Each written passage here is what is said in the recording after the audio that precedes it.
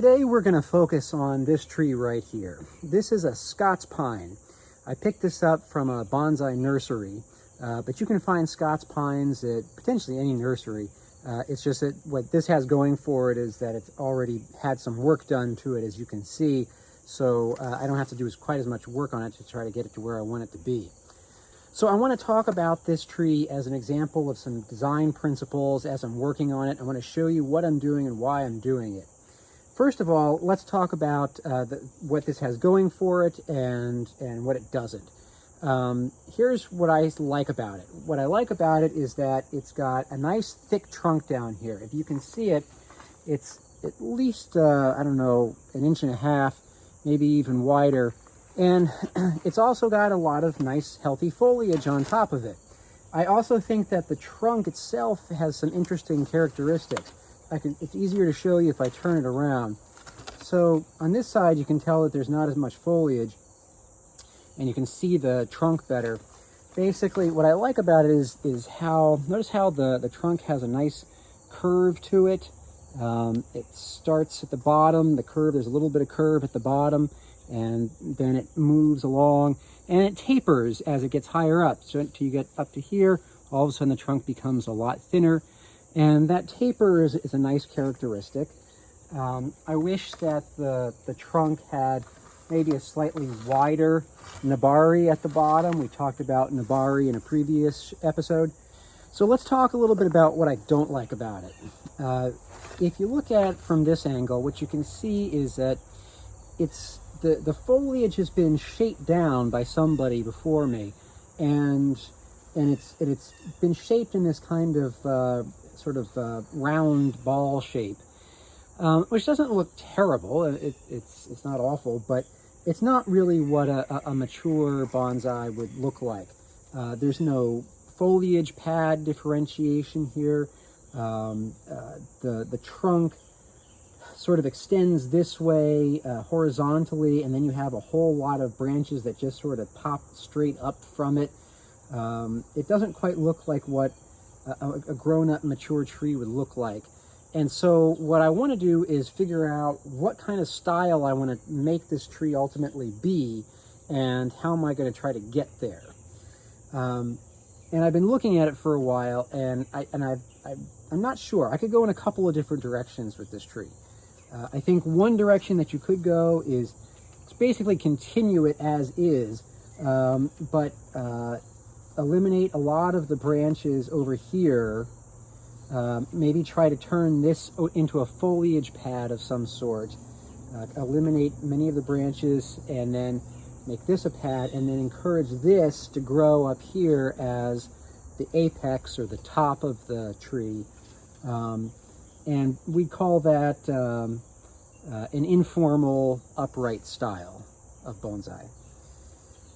The other option that I'm more strongly considering is actually to change it more radically and turn it into a semi-cascade style. And a semi-cascade style, if you don't know what that is basically the tree would then, we would try to adjust the angle of it gradually over time so that it's leaning over more like this, and eliminate, again, sort of do this, what I was just talking about before, eliminate a lot of this middle foliage, try to turn this top into, the top stuff here, into an apex or the top of the tree somehow over time. And then what I would do is I would encourage the end of the trunk here to continue to maybe grow in a downward direction or maybe horizontally. And that would give it a more weathered look than the informal upright style. It would make it look like an old tree that has, been kind of maybe perched at the top of a cliff and just beaten down by wind and rain over decades, so that it doesn't even stand up anymore. It's sort of leaning over, maybe leaning over the edge of a cliff, and the foliage is starting to descend down the side of the cliff a little bit, but then you've got some branches that are also growing up the top. That would be a more dramatic look, and I think I like that idea better. I'm not sure if that'll be possible, and part of why I don't know if it'll be possible is I'm not quite sure what'll happen when I pull it out of the pot and put it into a smaller bonsai pot. If you notice, there's a giant root right here, big root, and so if I take this and put it into a bonsai pot, that giant root is going to be sticking way straight up. And I'm not quite sure how that's going to work out yet, because I haven't seen that root and sort of what shape it is. It might turn out that it's going to look too weird when I put this into a big pot, a small bonsai pot, and I may have to cut that root off in order to make it look good, and I may not want to do that because it's such a big root. It may have too many small roots attached to it, and I may wind up accidentally killing the tree if I cut it off. So that's a design decision that I'm going to postpone for now, because I don't want to mess with it. And so I'm only going to do some light styling right now and leave some bigger decisions for later down the road. One of the other things I want to point out is the pot that this is in. So this is just a plastic garden pot. It would have been much taller, but someone along the way took a pair of scissors or a knife or something and sliced it down about halfway. So this is what's called a training pot. And a training pot is a pot that is bigger than a traditional bonsai pot that you would use for a finished bonsai, but it's smaller than whatever else the tree was in. So before this year, it was probably either kept in a much bigger pot of some sort in order to encourage vigorous growth, or it may have even been planted in the ground, I don't know. And this year they transferred it into this training pot. So they would have removed a lot of the roots, and now it's in this sort of transitionary state. They didn't want to remove more roots for fear of potentially damaging or killing the tree. And so that's why it's in this sort of transitional phase in the training pot. So in a year or two, I will pull it out and take a look at the roots and then figure out what I want to do once it's had a long time to adjust to its new condition. At this point, it's still safe to prune back the branches, and this is a good time of year to do it. It's September right now, and so all of the growth for the year is done. I'm going to start by taking a look at this branch down here.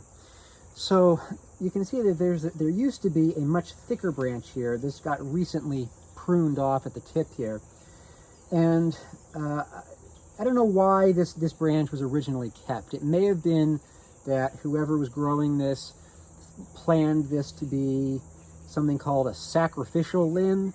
A sacrificial limb is just a branch that is primarily used to try to thicken a part of the trunk, so to encourage more thickening around this part, maybe at the base, and then their plan was to eventually cut it off, because this is not a really good location for a branch, regardless of what design we pick. It's really not a good spot, and the reason is mainly because it's located on the inside of a curve. You can see, so the trunk curves this way. This branch is on the inside of the curve, and branches located on the inside of a curve almost never look good, and as a general rule, you want to get rid of those. So I'm going to cut this off because it's already been cut down almost to the base, and so it's not serving much purpose anymore as far as encouraging vigorous trunk growth.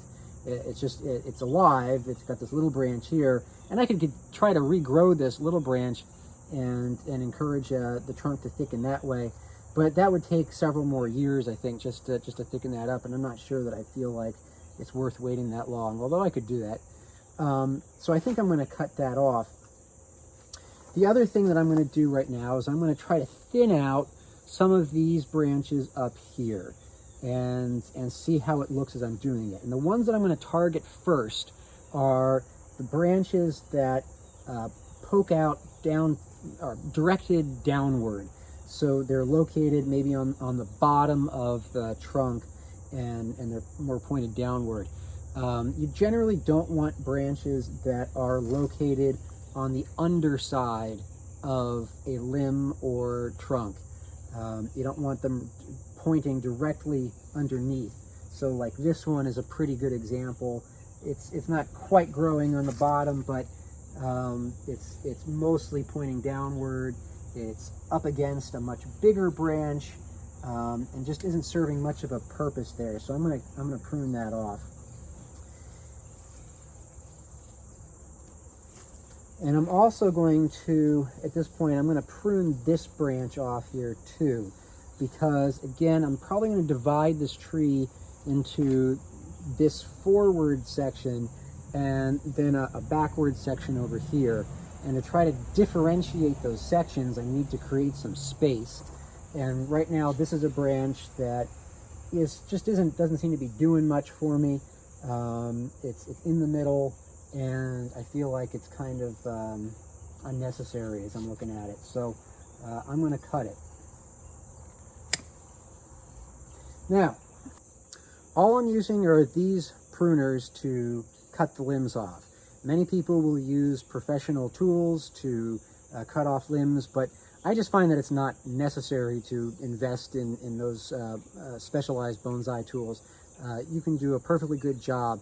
There are arguably reasons why you should use specialized bonsai tools, such as if you use cutters that are more concave. So this is sort of gives a flat cut, but bonsai tools may give you a more concave shape that when you cut the limb, it will create sort of a curve and inside a divot inside the cut, which helps to hide the wound faster. And that's the advantage there. But I don't know, I don't care that much. Should I be using wound sealant to cover up these cuts? And there's controversy about this. Traditionally, growers used a kind of a paste. It's a thick material that hardens on top of the wound and theoretically helps to protect the tree from a loss of moisture, as well as preventing bacteria from entering the tree and potentially causing disease. That was the idea. And it's still widely done. Lots of people still use sealer. And to be on the safe side, I suppose that's a good argument to do it. But honestly, if you look at the research on sealant, wound sealant, it doesn't seem to be all that helpful in general. Trees seem to be generally pretty good at protecting themselves without using these artificial sealers. Again, when you're working with maybe expensive, very old trees that you really don't want to mess with and don't take any chances with, then using wound sealer is probably a smart thing to do. It's not going to hurt anything. But it also may not be helping very much, and so that's why I don't use it. So it's just one of those little things that one of those little corners that I cut. Makes it a little faster for me to work. So that's my position on wound sealer. I'm going to continue to cut off some branches here. This is another one that I think that I'm going to remove. It's small, it's mostly pointed downward, and it's just not doing much. Same for this tiny little branch. I don't know why whoever pruned this last, I don't know why they left such large little stumps there protruding. It's possible that they were